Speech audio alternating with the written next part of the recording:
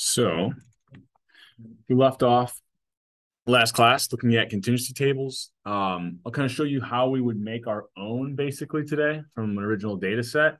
And then once we have that contingency table, how could we answer some of the questions like before you're just calling these events A and B, but now we'll have some actual names to them and can uncover something a little bit more interesting, have some more interesting results, I would say. Okay. So I believe that the syllabus, I think it had that our exam was going to be next Wednesday. But I am thinking instead of pushing it up a class period. So instead of being next Wednesday, it would be the following Monday. So I'll put an announcement up on Canvas with that change. That'll give us a little bit more kind of time to cover the rest of what we need to cover this week. Then on Monday of next week, and then next Wednesday in class, we'll do like an exam review. Okay. So what we'll be reviewing in class, I put up 2 practice exams under this, on files, exam 1 practice materials. You've got that formula sheet that you'll have going into the exam, 2 kind of sample exams, and then answer keys as well as detailed answer keys, which is like me kind of showing the intermediate steps of not just what the answer was, but how you get there. Okay. So those will be 2 kind of primary, really good study materials as you're going into that exam. But we will cover some of that next Wednesday in class. Okay. Questions for me before we start in material today? I think also kind of running concurrently, you'll have that Connect homework, which will be due next week. I believe I have it set to be the end of the day, Thursday. And then I will assign today the second Excel homework. That'll be due by the end of next week, Friday as well. So you should have those homeworks done next week. There'll be good study materials as well. Kind of, that material will be on the exam. So it'll be good to kind of work through those and then also work through those practice exams. Okay. Questions before we get started here today? A little bit alarmed by how many people are missing, but hopefully that doesn't play out negatively on the exam here. So, last class, I had kind of set up this COVID. We were using this, COVID or county COVID data. I saved what we had done, which was basically just calculating means and kind of setting up this contingency table. So one thing I'll do right now, just in case you can't find that file or you weren't following along, just so we can all start off in the same foot, I will put what I have up there so we can kind of start from the same place. So I believe section 5 was right here. So, and I'll probably delete that after today's class and replace it with whatever we've done, all the completed work. Okay. So if you click on that, it should look just like this, right? We kind of had the mean of each one of these variables. One, which was the median household income, and the other, which was the percent of the county that was vaccinated. We got up to this point, correct? Correct me if I'm wrong here. No one remembers, no one nods. I think we did. Yeah. Yeah. So this is, I believe, where we left off, right? I have another section, but I went back at the video and I'm pretty sure that this is where we left off. So we can kind of think about it as here are our events A and A complement, and then B and B complement. Okay. So A being that they have above average income, which means everything that's not in A would be having the average income or below. And then same kind of idea, B would be having above average vaccination percentage in your county. B complement would be the opposite of that, which is having the average or below. Okay.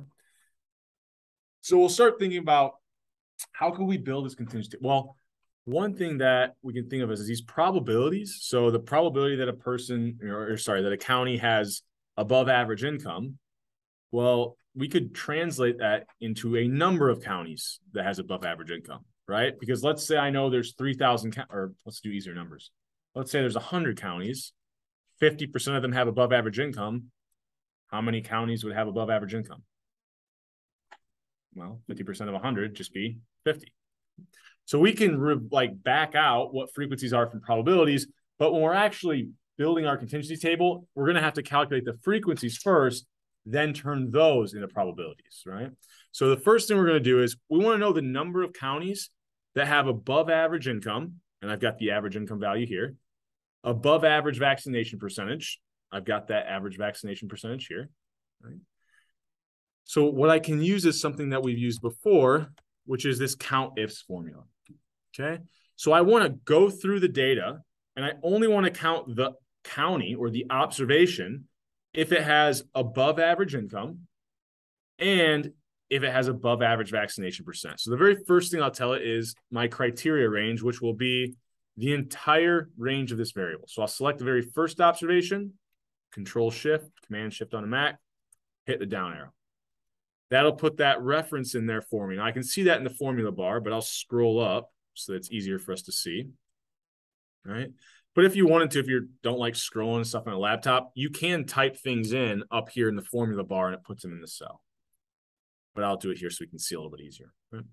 So we're going to look through that variable in column C, which was household income, and we only want to count it if it's greater than, and we said anytime we have these equalities, we have to put them in quotation marks.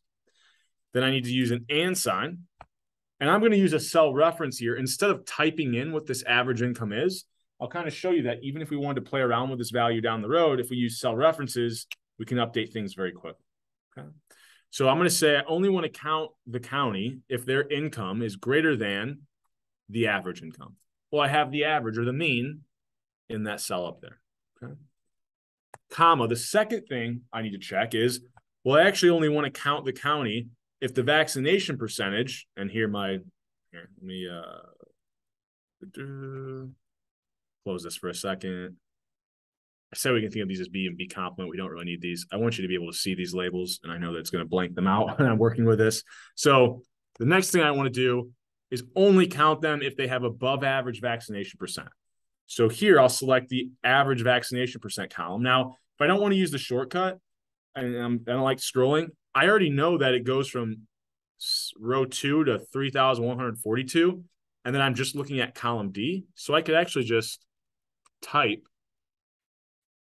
that in. Oops, except for I think I typed in D2 because I forgot I already selected it, right? So I could just type in D2 colon or go through D3,142. So now Excel's going to go through that variable, go through that percent vaccinated variable, and now we only want to count it if the observation has a vaccination percent that is also above the average. Well, the vaccination percent average is up here, so I'll just click on that cell reference.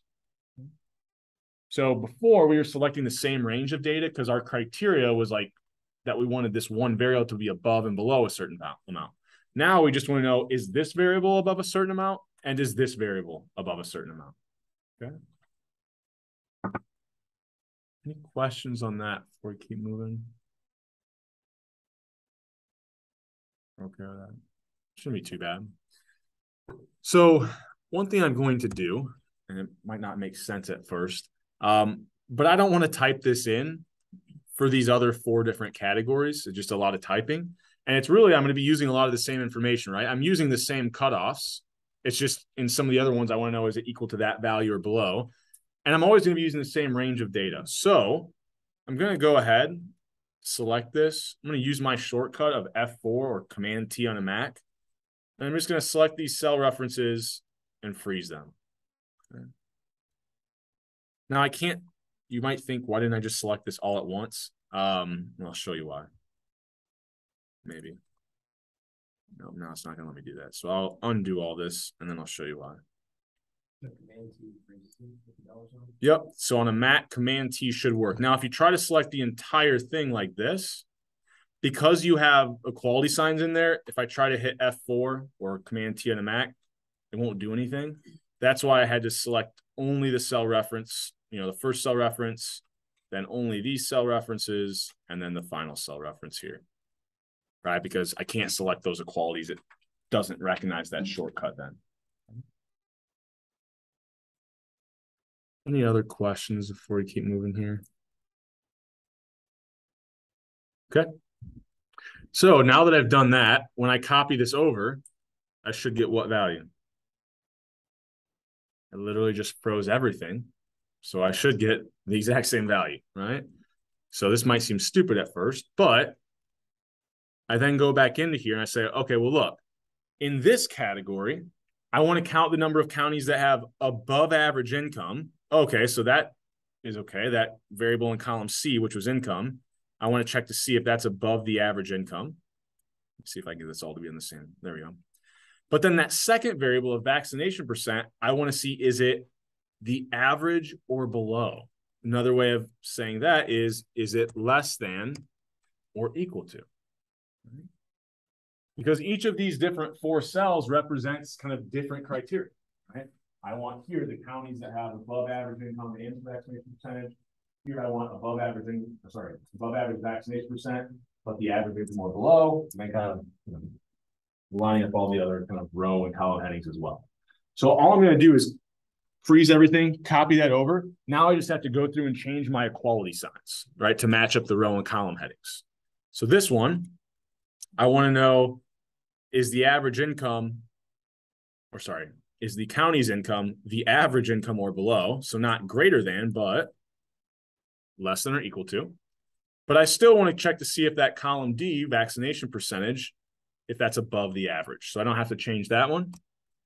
And then I'll go into this last one. Here I want to know if both of them are less than or equal to the average. So I'll go in here, change both of these to make sure that they say less than or equal to. Okay. So now I should have 4 different values, right? This would be kind of the number of counties that belong to these different criteria. Or I can think about the number of counties that are in A and B. The number of counties in A complement and B complement. Okay. Any troubles with any of that? Any questions there? So we then have these total columns, which basically just represent the total number of counties that have above average income. Okay. Well, what did I say with the probabilities? How could I reproduce those totals? Do we remember? So if I took every county that had above average income and above the average vaccination percentage, and I added to that the number of counties that had above average income, but the average vaccination percent or below, that's just going to count every single county that had above average income, right? I mean, you have to belong to one of these groups. You either have to be above the average or below. So if I add across the rows using that sum function, that should add up here to the total number of counties that have above average income. And then if I copy this down, notice it updates my cell reference. So it's adding across this row. Well, these would be all the counties that have average income or below and above average vaccination percentage, plus the average income or below and the average vaccination percentage or below. Well, that's every county that has low income and any percent vaccinated, right? That covers every percent vaccinated possible. So once again, this should produce the number of counties that have below, or sorry, the average income or below, right? Less than or equal to. And then I could do the same thing over here, kind of adding down the columns. Oops. Should produce my totals for my event B and B complement. So I'll add down the columns here, just using that sum function, selecting these two, and then I've got my totals. Okay. Any questions over any of that? You want to see one of those cells again? You add across and you add down. Yep, add across the rows to produce these totals, add down the columns to produce these totals. Just like we did with the probabilities. Okay. So if I then add up these totals here, where I'm taking the total number of counties that have above average income plus the total number of counties that have average income or below, what should that add up to? Just the total number of counties I had in my original data set, right? If you're here a county, you have to have an income that falls in one of those two categories. You're either above the average or you're the average or below, right? So hopefully, when we use that count function last class, hopefully when I hit enter here, I get 3,141 because that count function tells me how many observations I had. Sure enough, I hit enter, everything works out great. Okay. Now, I can't really show you with this example. I realized this after I kind of set it up. What you have to be careful for, and it doesn't change anything here, But on your Excel homework and in practice, it really could change things, especially if you're dealing with integer or discrete values, that you have to be really careful to make sure you include the equality on at least one of the sides, right? So if one of them is greater than, the other one has to be less than or equal to. Or if one of them is greater than or equal to, the other kind of criteria would have to be just less than. Because if you include equalities like on both, maybe you might double count a county or you forget some. Now, one way to make sure that you don't do that is once you reproduce this total here, use the count function to double check. All right. If you like, for instance, let's say I like really screw something up and I had a greater than sign here as well. Well, now I can quickly see, oh yeah, my total is not matching up with how many observations I know there are. This is a good way to like, something's wrong. I got to go back in and figure out what it is. I go in here. Oh, I forgot to flip this to be less than or equal to. Now I've got every single county. Okay.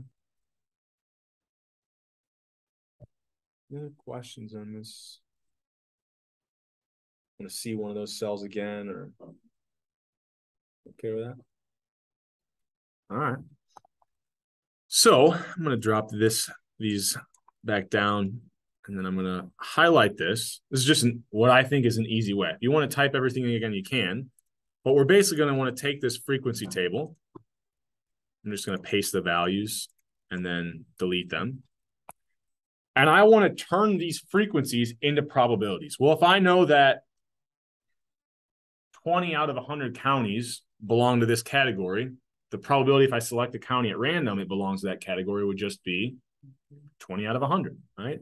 So what did I do there? I just took my frequency and divided it by the total number of observations. So I have that in the cell up here, so I might as well click on that. Now, to fill out the rest of my probability table, my joint probability table, as opposed to this frequency table, as I copy things over or down, I want the cell references to update to the next, to the one first value over, to the second value over. But I always want to divide by that total number of observations. So I need to make sure that I freeze that cell reference. Now, when I copy this over and down, it'll keep updating to the next column over or next column down. And I should be able to come up with my probabilities. Whoops. Copy all the way over very, very quickly. And if I've done it correctly, once I get here, I should be dividing the total number of observations by the total number of observations. So hopefully I get 1 there if I've done it correctly. Okay.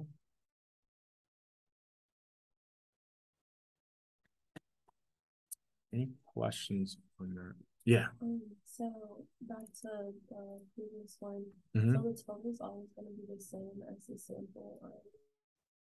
This total should always be the same. So you can check this multiple ways. So I added down the column here.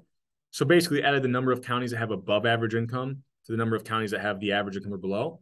Another check to make sure I've done it correct both ways is if I add the number of counties that have above average vaccination percentages or the average vaccination percent or below, that should also add up to the total number of counties that I had or the total number of observations in my data set. So both ways, kind of adding the totals down the column or across the rows should give you that same value, which is the total number of observations. Does that, you know what you're saying? Any other questions? You want to see another cell again? So, once you get the frequencies, it's pretty easy to build the probabilities. Just divide everything by the total number of observations. Well, now that we have these probabilities, one thing I'll show you, and I don't really care about this. I'm not going to like grade you on the decimals, but in case you're wanting to play around with this for other classes or presentations, up here in the home tab, if you kind of select the cells, there's these like zeros with arrows next to them. I always flip this. So I always think that if I hit this one, it should give me more decimals because it's going to the right. But it actually kind of, if you hover over it, it's decreasing the decimal. Well, that's kind of nice just for a nice visual. So I can just round it to 3. Now, the actual number stored in the cell is still whatever this works out to be. It stores it all the way out to who knows how many decimals. I forget the maximum of Excel. But it just displays it to that 3rd decimal to make it look a little prettier. Okay. That's not what I said. I'm not going to grade you on, you don't have to do that, but it just makes it easier to look at. So once we have this contingency table, we can start to answer some kind of interesting questions. So an easy one would be, let's do average income or below, right? So if I wanted to find the average income, the probability that if I selected a county at random, it has the average income or below, what should that value be? So if I want the probability of having the average income below, I would just go over to that total column. And I could type in 0.578, but I've got the number there. I might as well just click on it. I feel like that's a lot easier. And then if we update things later on, every time I have that reference, it'll update that. I could then ask something like, well, what's the probability of having the average income or below? Whoops. Actually, I should start abbreviating this. Otherwise, this is going to be really obnoxious. So average income or below and above average, above average vaccination percentage. Okay. So I want the intersection of two events here, right? So if I wanted the probability of having the average income or below and having above average vaccination percentage, what value would that be? So I want the average income or below and above the average vaccination percentage. So those two meet right here, right? Those top four left cells we said represent the intersections of whatever the row and column headings are. Okay. Any questions on that? Is this boring or is this just not? It's too easy, right? So we'll get to some more difficult stuff, right? One I can show you is let's do that exact same thing, but we'll do or we'll do the union, right? So if I want the union of two events, remember what we said was using that addition rule, I'll add the probability up of each event, but then I have to subtract what I double counted. Well, what did I double count? That was just whatever the intersection was, right? So here, I'll take the probability of my first event, having the average income or below, add to that the probability of the second event, which is having the above average vaccination percentage. And then I'll subtract the intersection of those two things, which we had just said was having the average income or below and above average vaccination percentage was where those kind of two meet in those top four left cells. Okay. So we can use that addition rule. We're just clicking on the values in Excel. I mean, it's just easier than doing it by hand, right? You don't have to type these into the calculator. You can't make a mistake. It's the same equation. It's that same addition rule where you just take the probability of each event, subtract out what you double counted. Okay. All right. So let's do one that's a little bit more difficult. Right? So let's do average. Which one do I want to do? Let's do average. No. Above average vaccination percentage, given that they had the average income or below. Once again, I should have abbreviated this average just to make it a little bit easier to kind of see everything. Okay. So here I'm looking for a conditional probability. So if we remember what we said last class, if I want to find a conditional probability, that was the same as, well, whatever I'm conditioning on, that's like my new space, right? Instead of this huge experimental outcome space of one, my new space is whatever the kind of area of event B is, or the probability of B. And then of that remaining space, how much of that remaining space that I know is in B is also in A, or what is the intersection of A and B, right? So for us, we want this conditional probability.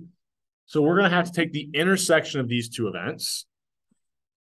So I want above average vaccination percent and the average income or below. So we're going to use that intersection again.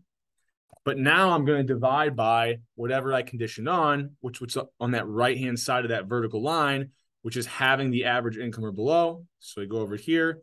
The remaining space should be that 0.578, right? of that remaining space, about 0.23 of it is having the average income or below. So I'm guessing this is going to be around 40% if I'm just eyeballing this. So I hit enter. Yeah, right around 41%. Okay. So the reason why this is interesting is we'll have to grab one more probability to kind of make this point to talk about whether or not events are independent. Right? So if you remember, so here, if I want to find the probability of having above the average vaccination percentage, so above average vaccination percentage is right here. Right? It's about 0.53. Okay? So I would say events are independent if this conditional probability of A is exactly the same as the unconditional, right? Knowing that B has occurred doesn't change the underlying probability of A at all. Well, we can see here that's not the case, right? Because the probability if I select a county at random that they have above the average vaccination percent is about 0.5 or 53%. But then if you tell me ahead of time, well, look, you're selecting a county at random, but I can tell you that it has the average income or below. There's a lower income county. Knowing that information, the probability now that that county has above average vaccination percent, right, or actually lowers to about 41%, right? So this is telling us there's some relationship between the percent of the population getting vaccinated in these counties and what that county's income is, right? So, I don't know, I don't know the story here. You have to dive deeper into this. It's probably something like, access to the vaccine or mistrust of the government or something like that is things that are correlated with having lower income, right? And so once you know that the county has below the average income, the probability they can get above the average vaccination percentage starts to go down, right? Falls from this 53 to 41%. Okay. Questions there? If these two things were equal, we would say they are independent events, right? These two things would be, completely unrelated, right? Knowing one of them doesn't change the probability of the other at all.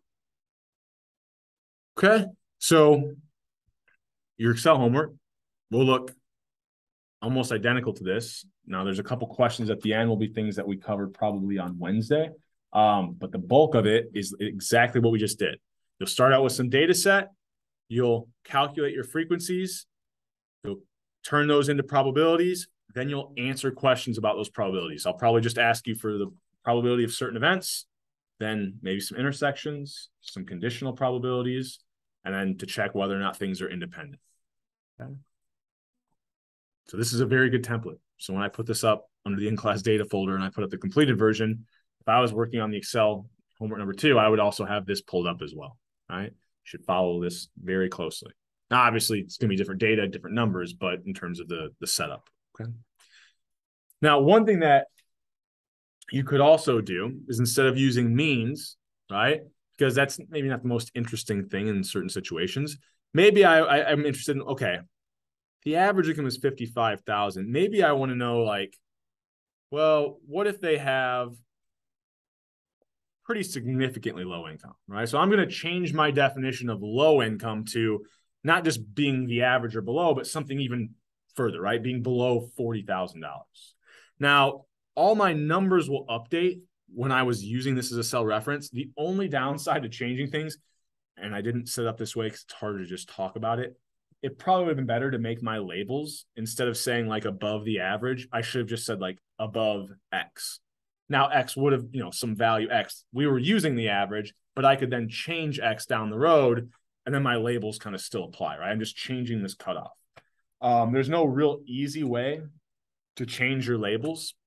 Like I said, so generally you'd want to keep them as general as possible, right? So instead I would say, above or, greater than X, and then up here maybe say X is 45,000, right? That way I can kind of keep my labels general and play around with these different cutoff values.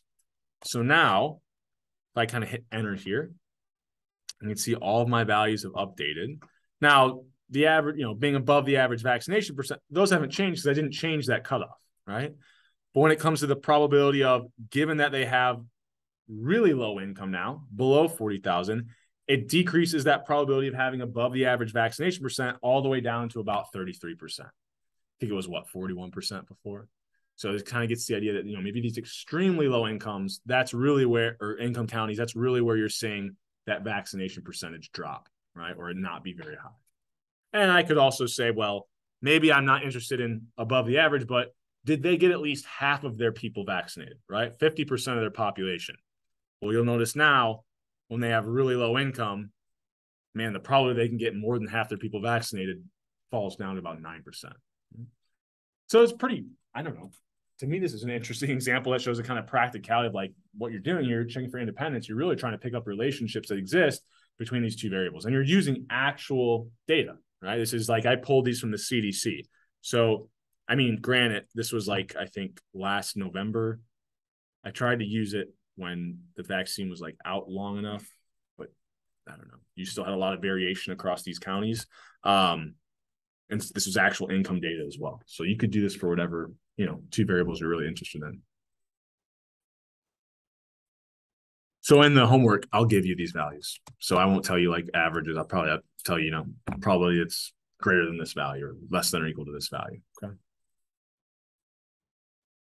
Any questions over anything we did here or anything else I could ask you? Okay.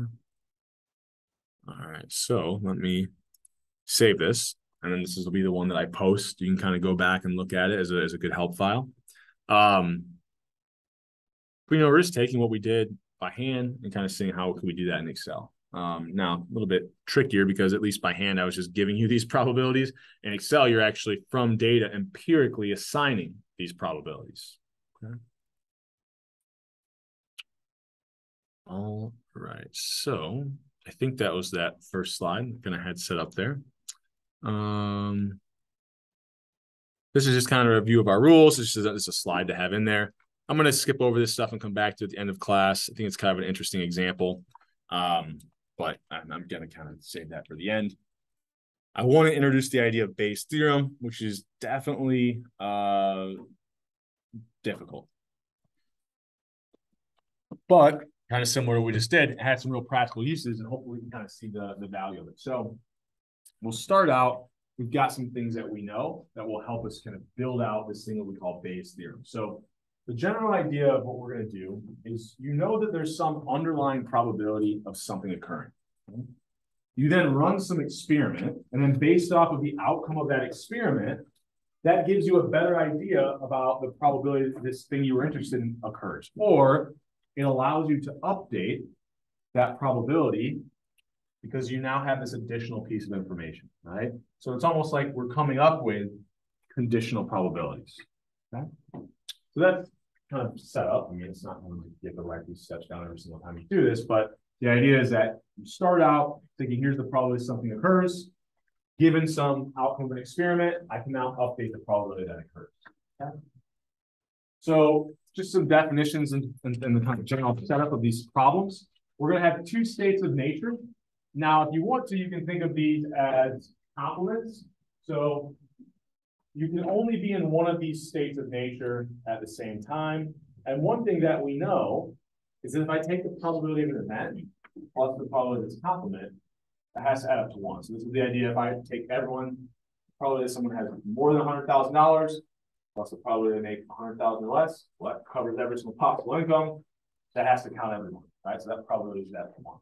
Same idea here. These states of nature will be things like, does someone have a disease or not? So HIV positive, HIV negative, they're pregnant or not, they're guilty or they're not guilty. There is some underlying state of nature. Now, the guilty, not guilty one's interesting because you either committed the crime or you didn't. But I don't really know that state of nature, right? I might have evidence that suggests, but I don't truly know. Or you want to think about is someone lying to you or not, right? So you don't know the state of nature, but you're either lying or you're not. You either have the disease or you don't, right? And so there is some true state of nature that we are then going to use a test to try to update the probability of what that state of nature is. Right? So we'll have this test. We'll call this E and E complement right now. When we write this out in the context of our examples, usually this will be replaced by words that represent more realistic events. Okay? So E is going to be the outcome of the test. E complement is the other outcome. We're assuming there's no inconclusive tests that we get a definitive answer. We're going to either see, outcome E or E complement. This will be like, I either see that someone is positive for having HIV or that I see that they're not. Right? or I see that someone is found guilty, right, by a jury, or they're found not guilty. This is some test that we run. We're then going to look at that outcome and then update the probability of how likely it is we see each state of nature, right? So for instance, you know, if I see a positive test result on a test for some disease, it could be COVID, I guess. I know the probability that I actually have the disease is probably higher than before I saw the test result. Now, there are things like false positives, but, you know, it's a relatively low percent. So I say rephrase from the last slide, and these slides are not, so that's not the case. But what we're going to try to do is something like, I think the first example I'll start out with is, given that someone sees a certain outcome on the test, right? So maybe this is that they take an HIV test and it comes back positive. Right? What's the probability that, that the state of nature is that they truly do have HIV? So we can actually find these conditional probabilities. Now, the issue becomes, if I start to think, well, I can just use the multiplication rule, right? I want a conditional probability. I can find the intersection of two events, divide by what I'm conditioning on. Well, one problem, I won't even look at the intersection for right now, but you can think about it. If I just want to find the probability of E, or the outcome of the test, well, what's the probability that the test comes back positive?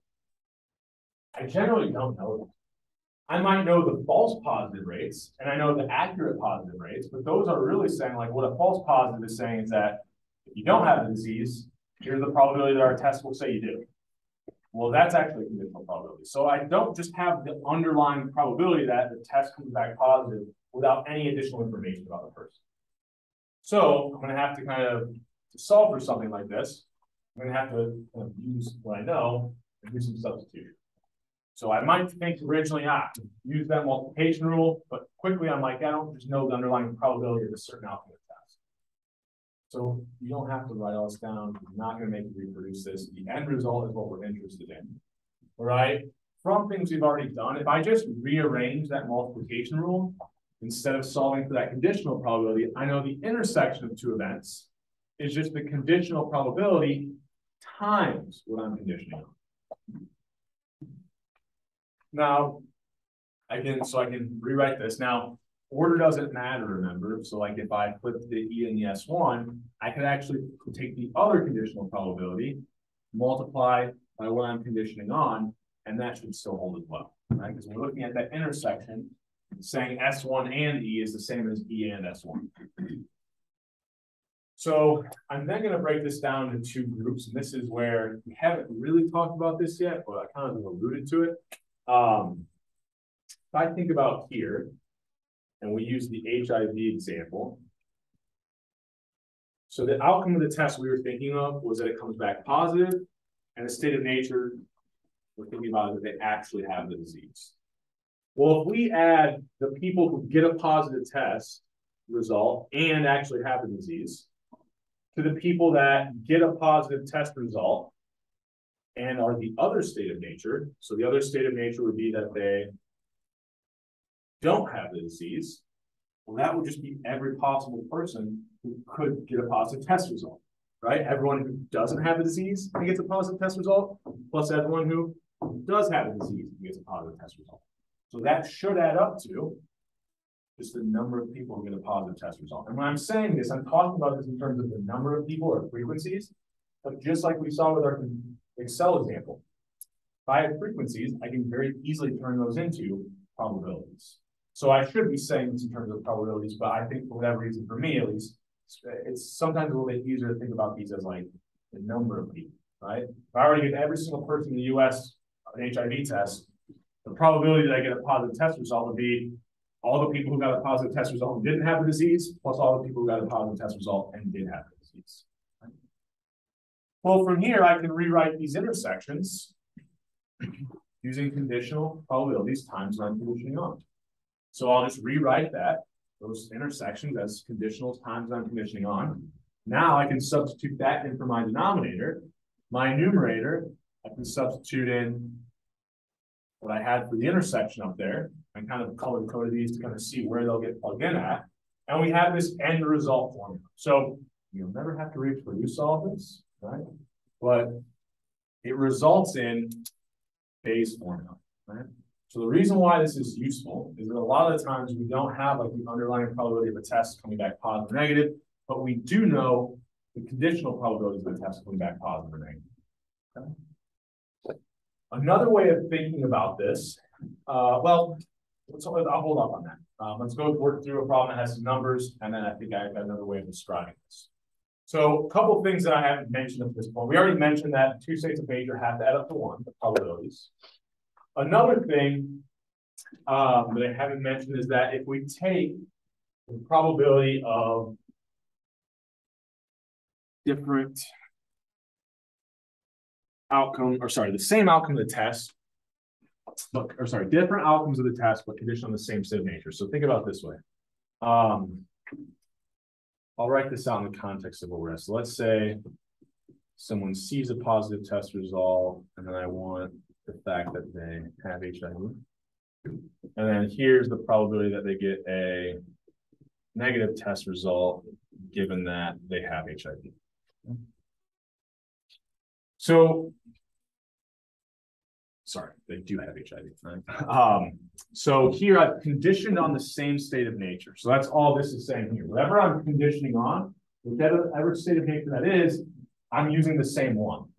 So it's almost like if I had everyone in the US take an HIV test, I then only pulled out the people who actually had the disease. Somehow I have all-seeing knowledge and I know, right? Well, then if I take the probability that given these people have HIV, the probability they get a negative test result, let's say it's, I don't know, 0.01, right? They get an incorrect test result. What would be the probability that if they have the disease that they get a positive test result? Yeah, right. That's the only other outcome of the test. I know these two things have to add up to 1, right? Given that I'm looking at the same group, right, or the same state of nature, the probability they see one outcome of the test is 0.01. The probability of the other outcome has to be 0.99. We only have 2 outcomes. I'm not making this hard. You could do multiple outcomes. This becomes a lot more difficult. But for us, we're just going to keep it at 2 outcomes, two states of nature. Okay. But if you condition on the same state of nature, those 2 outcomes of the test, those conditional probabilities, they always should add up to 1. If you condition on different states of nature, who the hell knows what that is, right? It could be over 1 actually, which seems weird, but it's because you're adding up probabilities conditioning on different things. So your spaces that you're limiting it to look different. We have no idea what those setups are. Okay? But if you condition on the same state of nature, the 2 conditional probabilities of the outcomes of the test, those should always add up to 1. And we'll use this a little bit later. So let's go back to this. I guess back to it. I've been kind of using it. This HIV test example. We looked up some things you can pretty easily find. At least I easily found with Google searches, which the university may now wonder why I was searching HIV results. But you can figure out that if you looked at the rates in the US, the probability someone is HIV positive is just about 0.5%, right? Or 0.006. So it's pretty low. You also can figure out that given someone has HIV, so given that someone's HIV positive, the tests, at least when I looked it up, the most popular research on Google showed that the tests are very, very accurate. Like 99.9% accurate at identifying someone having the disease if they actually have it. Now, the problem is, given that you don't have the disease, the probability these tests actually show a positive result, I wouldn't say it's high, but relatively high. I mean, 1% isn't extremely low, right? So if you don't have the disease and you take this test, the probability it comes back positive is actually about 1%, or probably is 0.01. So we can do something called building a probability tree. Now usually this might be enough information for us to go ahead and plug things into Bayes' theorem. But we can do a little bit of additional work to always make sure we have enough information. So from these 3 probabilities, I should be able to come up with 3 other probabilities as well. So the first one should be pretty easy. If I think about being HIV positive as my first state of nature, what would my second state of nature be? Yeah, being HIV negative. That probability should be what? Well, we said the 2 states of nature are like complements. So the probability I have HIV is 0.006. The probability I don't have it would be whatever gets me up to 1, 0.994. Does that make sense? Any questions on that? So, I guess to jump the gun a little bit, one thing we might be interested in is, okay, here was the information we were given. So now I give a test to somebody and I see that it comes back positive. What's the probability they don't have this disease? I forget now. What's the probability the person actually has it? Right? So the state of nature I'm interested in is having the disease, and the outcome of the test is getting a positive test result. Okay? So what I can do, I think this is a nice visual, is build what we call a probability tree. So I'll describe, I guess, the first rung of the tree, and then I'll do some more work and we'll talk about the other rung. So what I'll first do is think about, I have this, some example I have where I have 2 states of nature. So I'll draw one of my states of nature over here, the other one over here. The probability of the first state of nature and the probability of the second state of nature, this rung of the tree should add up to 1. I already talked about that. Well, here, if I know that given someone has HIV, what's the probability that they get a positive test result? That's 0.999. So given that they have HIV, what's the probability they get a negative test result? Probability they got a positive test result is 0.999. Probability they get a negative test result, 0.001. I'm conditioning on the same state of nature. So I either see a positive or negative test result. Those are all the possible outcomes. Those have to add up to 1. Same kind of idea here. If I condition instead on being HIV negative, what's the probability that I see a positive test result? Well, that was 0.01, our false positive rate. So given that they're HIV negative, what's the probability they see a negative test result? Yeah, those 2 things should add to 1, so 0.99. Now, on the tree, I can draw this. Maybe it helps. Some people like this is a goofy way of doing this. All right, if I have my 2 states of nature, like 2 different branches, well, now I'm going to think about, okay, there's 2 outcomes of the test.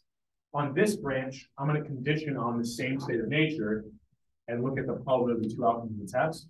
Usually I'm given one of these, and then I'll know that on this rung, on this branch, these 2 things are up to 1.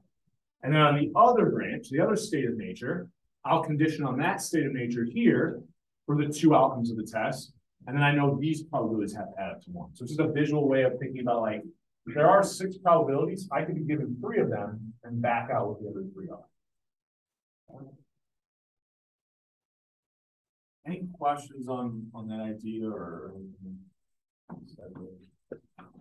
This is a lot. So, but we can answer any question at this point. We don't always need to figure out every single probability. But in order to answer any question that you could be asked, we need to know how to do it. So this one I'll show you. We didn't need to do all that work, but it'll set us up for the next type of problem, or the next example problem we have for base theorem. So we wrote down all our probabilities. Right? I maybe shorthanded them a little bit differently on the board than I did the slides, right? EOS. I wrote test was positive, probably because I realized that I shouldn't use that acronym. But we had what we're kind of looking for as a conditional probability, right?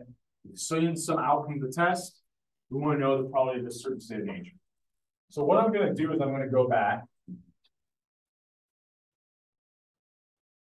And I'm just going to think about, oh, I wanted a conditional probability. I have my outcome of the test and my state of nature.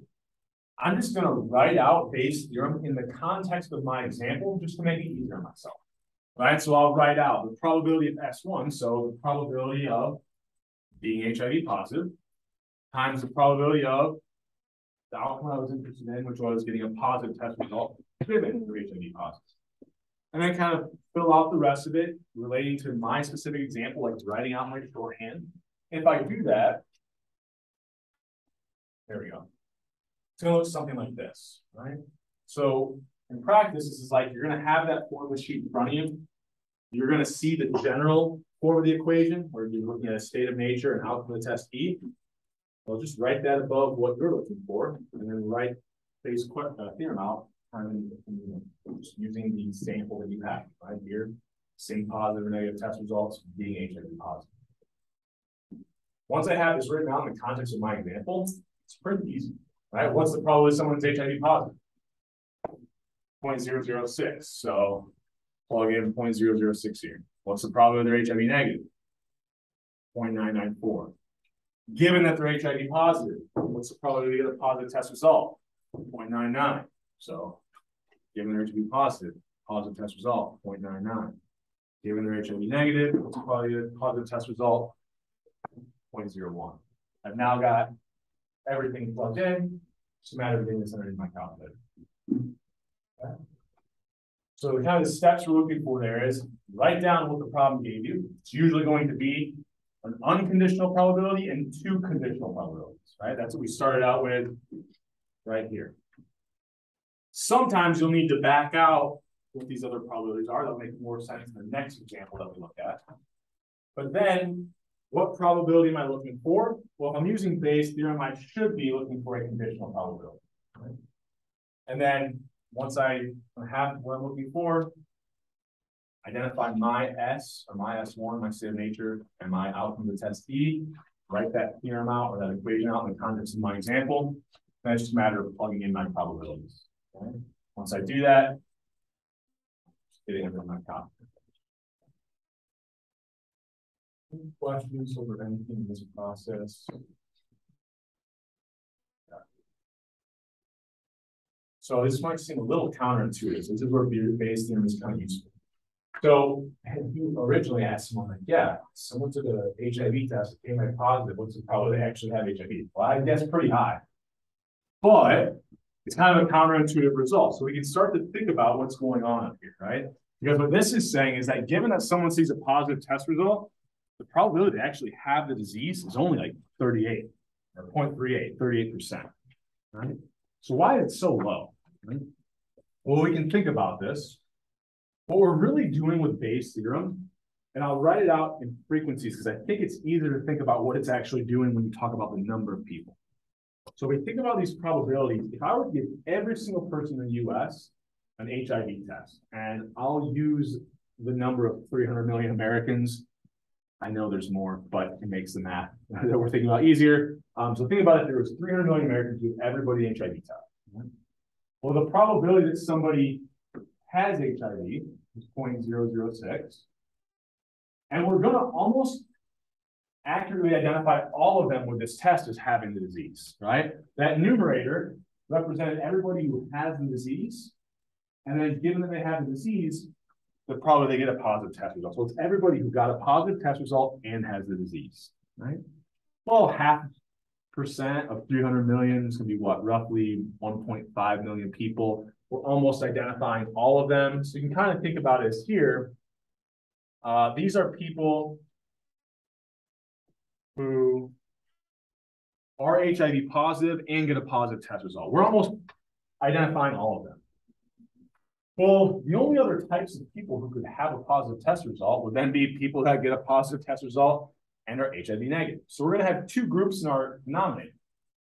Everybody who had HIV and got a positive test result. Well, notice that first part of my denominator, it was always going to be the same as my numerator. So here, this represents the same thing. The number of people who are HIV positive and got a positive test result. How many people are going to have a positive test result, but they were HIV negative? Well, most people are HIV negative, 99.4% of them, right?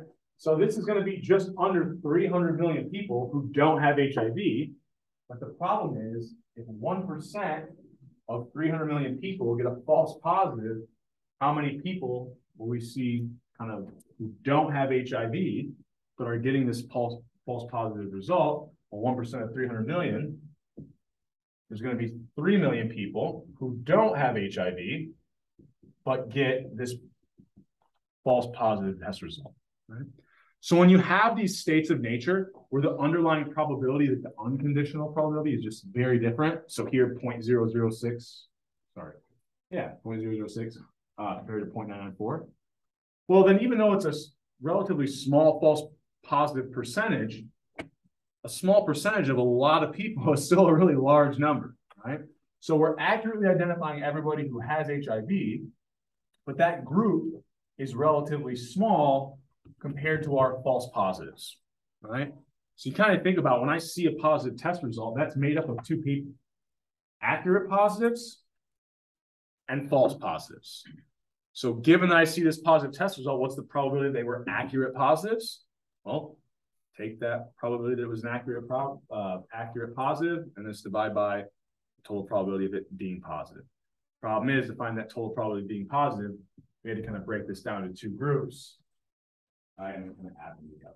Right, we didn't just have this underlying probability of being a positive test result. It took a little bit more work to get there. Any questions on that? I don't think this is a trick question. So we've got this, right? What if I asked you instead that given the test comes back positive, what's the probability the person is HIV negative? How could I quickly find? Not quite, right? Because no, you're just, I see where you're going, right? Notice here we've conditioned on something else, right? So it's a slightly different probability. This was everybody who doesn't have HIV. It's a probability of a positive test result. This is everybody who gets a positive test result. What's the probability they have HIV? Well, I could basically resolve this using Bayes' theorem. My state of nature instead now is just being HIV negative. So what's in my numerator there would be, you know, the probability of being HIV negative times the probability. But there's another quick way I can find this. So based off what I did up there, given that someone sees a positive test result, probability they actually have HIV is 0.38. So given that I see they have a positive test result, what's the probability they don't have HIV? Just whatever adds up to 1. Right? So just like when we conditioned on the same state of nature, the two outcomes of the test, conditional probabilities had to add 1. If you condition on the same outcome of the test, the conditional probability of the two states of nature have to add up to 1. Because given that I have a positive test result, I either have HIV, or I don't, right? So those two conditional probabilities have to add up to 1. So if I calculate one of them using Bayes' theorem, I don't have to go back through the whole process. I can actually just, know those two have to add up to 1. So subtract the 1 from 1. Okay. All right. Got 15 minutes. I don't get. We kind of already used a lot of this stuff since we go kind of quick. Hopefully it's not too bad. So let's say I've got instead this example where I've got a truth serum, right? So I'm given these two conditional probabilities, and I'm told this truth serum either makes people say they're guilty or they're innocent. I'm going to have these up on the board just so as we're working through some stuff. And I'm going to shorthand it with G's and I's instead of writing out the whole word. And then I've got truth serum makes them say they're innocent, given guilty. So basically, if you're innocent, the truth serum doesn't make you incorrectly confess to a crime about 1% of the time. This is like maybe some futuristic society that developed a truth serum. Given that someone's guilty, right, this truth serum, they still, it doesn't work essentially 10% of the time, right? So 10% of the time, if someone is guilty, the truth serum actually, doesn't work and they still can say they're innocent. We then are told that of all the suspects, usually about 5% of them are guilty, right? So here we're thinking about the probability that someone is guilty, 0.05. Okay. Now, I won't make us do each one of these, but one thing that we are going to need is the probability of the other state of nature. Very quickly, hopefully we know that if the probability someone's guilty is 0.05, the probability that they're innocent would be, yeah, right? Those two states of nature should add up to 1. Okay. So that's kind of like everything we were given. Right? From there, we'd have to go back. We got everything we were given. And then if I looked at the wording of that last problem, I think I skipped ahead too fast. The next step is I need to identify what am I looking for the probability of. So I'm asked here that given that the truth serum makes someone say they're guilty, if I remember correctly, yeah, what's the probability that they're actually innocent? So if this is what I'm interested in, I can think of this is my state of nature, this is my outcome of the test. I'm basically going to go through and just write this out in the context of my example. Okay, so I'm going to scroll back real fast. All over the screen. You don't want to see here. So we'll take that base theorem. What's my S1 being innocent? So the probability of S1, or the probability of being innocent, times the probability of E given S1. Well, my E is that this truth serum makes them say they're guilty, given they're innocent. And now this is where I can like follow this along, but the first part of my denominator is always the same as my numerator. So if I don't want to use my brain, I can always just say, I don't even have to look at the rest of that, or the first part of that equation. I know it's exactly what I wrote in my numerator. And I add to that the probability of the second state of nature. Well, if the state of nature I was interested in was this person being innocent, the second state of nature would be what? That they are. So if I'm interested in the probability they're innocent, the second state of nature is that they are guilty, right? Times the probability of E given S2, or that the truth serum makes them say they're guilty. That was our E. And then we just said that that S2 was that they were guilty. So I just wrote this out in the context of my example. And then from there, pretty straightforward, because I wrote down what I was given, wrote down what I was looking for, and wrote that out in the context of my example. Now it's just a matter of plugging things in. Everywhere where I see probability of being innocent, 0.95. Probability of being guilty, 0.05. Given that they're innocent, the probability that the truth serum makes them say they're guilty, 0.01, 0.01. Now the last thing I need, right, I don't actually have up here, right? Given that they're guilty, what's the probability the truth serum makes them say they're guilty? Well, from what I identified, I don't have it up here. But if I wanted that conditional probability, how could I find it? So given that they're guilty, what's the probability the truth serum makes them say they're guilty? If I look here, given that someone's guilty, the probability the truth serum makes them say they're innocent is 0.01. So I'm conditioning the same state of nature there. And I want to know what's the probability that they actually are guilty. Oh, sorry, I flipped this. Sorry, I'm conditioning on the same state of nature. The state of nature is that they are guilty. But I'm interested now not in the probability the truth serum makes them say they're innocent, but the probability their truth serum makes them say they're guilty. This should be what?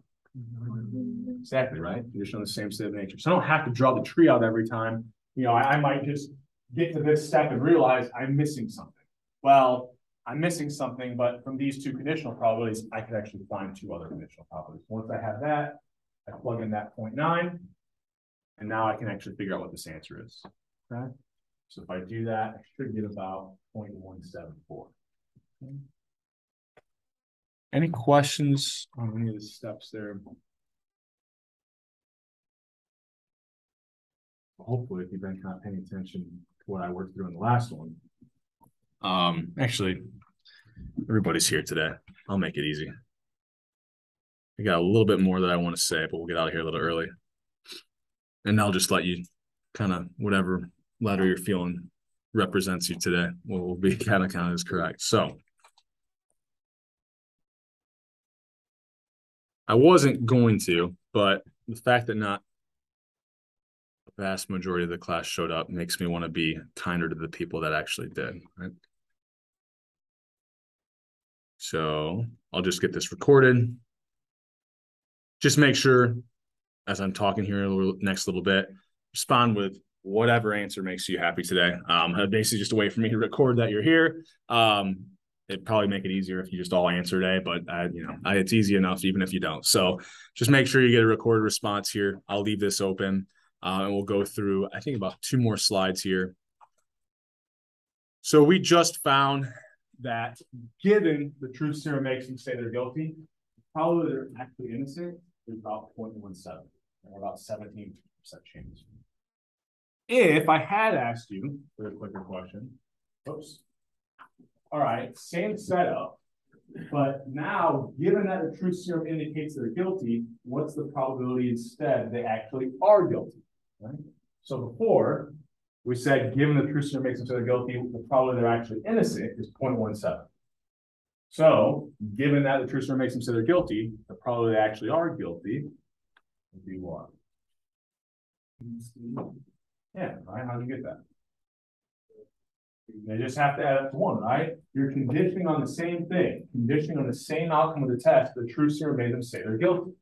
Well, before, conditioning on that outcome of the test, you found the probability they're innocent, 0.17.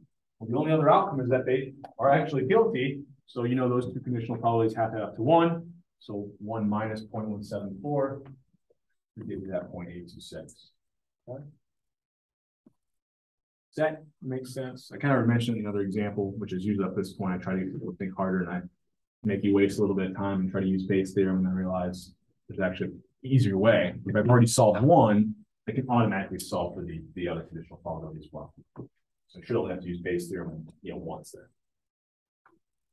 So this might seem like a pretty dumb example using these truth serums, but it's actually try to give a more practical kind of application. Instead of a truth serum, just think of this as like a jury, right? So basically you can think about, given that someone's guilty, what's the probability that the jury actually finds them innocent, right? So this is kind of hard to get at, but with like the introduction of DNA evidence and what was it, Project Innocence, like they go back and they like reverse all these, they can actually figure out how many of these they go back and try to reverse, how many of them, once they had the DNA evidence, how many people were actually guilty who were found, innocent, and how many people were actually guilty who were found guilty, right? So it's only because we can look at these reversals that we can get an idea. But, you can look at, given that someone was guilty, all these reversals, the reversals usually don't result in this probability. This would be when they have DNA evidence that then changes them to find someone else who actually committed the crime, right? So given that someone's guilty, what was the probability they were actually found innocent prior to having DNA evidence, right? And you can work the other way. That's when I first started explaining, which is all these reversals where people were wrongly put in jail, right? People who were found guilty by a jury, even though they were innocent, right? Given they were innocent, they were probably the jury found them guilty. And we can kind of back out these conditional probabilities based off all these reversals, right? Using DNA evidence. You then might be interested, okay, if I select somebody in jail at random, what's the probability they're innocent? What I'm really saying there is, given that a jury found them guilty, what's the probability that they actually are innocent? So that's what I'm interested in. The outcome of the test is not a truth serum. Now it's the jury. But I'm interested in the state of nature that they're actually innocent. I could write this out in the context of that example using Bayes' theorem. And then these conditional probabilities, well, that's what I can get looking at this historical data of all these court cases that they got wrong previously, right? So people have tried to do this. I mean, it's hard to pinpoint these perfectly because, not every case gets retried. So you're really kind of selecting, you might have a selection bias, which we haven't talked about. There might be some issues there. But, you've got, given that you're guilty, the jury finds you innocent. Given that you're innocent, the jury finds you guilty. I don't know if all of you guys have watched this, but Making a Murder is great. If you haven't watched it on Netflix. Anyways, but this is like a really practical application that you could use Bayes' theorem for. And I guess I kind of mentioned earlier, you can complicate this. We've done 2 states of nature, 2 outcomes of the test. You could do multiple states of nature, right? So I was kind of thinking of an example that would be, but it's something like if you had, you were probably more on like the biology side of things. But if you had like a sample of blood, there's probably certain tests where you can see, given that I saw this structure, what's the probability to have O negative? What's the probability to have O positive? What's the probability to have A negative? Because those are all mutually exclusive. They can't happen at the same time. So same kind of idea. We'd have two states of natures where the probability would add up to 1. If I took the probability of every possible blood type, those would add up to 1 as well. It would just make this a much longer, it would just be a much more complicated, but you can follow the same sort of principles. But that should kind of do it for us. I'll close this out. I think everything, I counted 15, so everybody should have gotten their iClicker response in. You'll see that second Excel homework pop up. Get back to my office. So I would start to kind of try to make sure you get that and the Connect homework done as early as possible. Saving next week. We're kind of hopefully studying for that exam that's going to be on that following Monday. Okay, so 2 weeks from today. All right, I'll see you guys on Wednesday.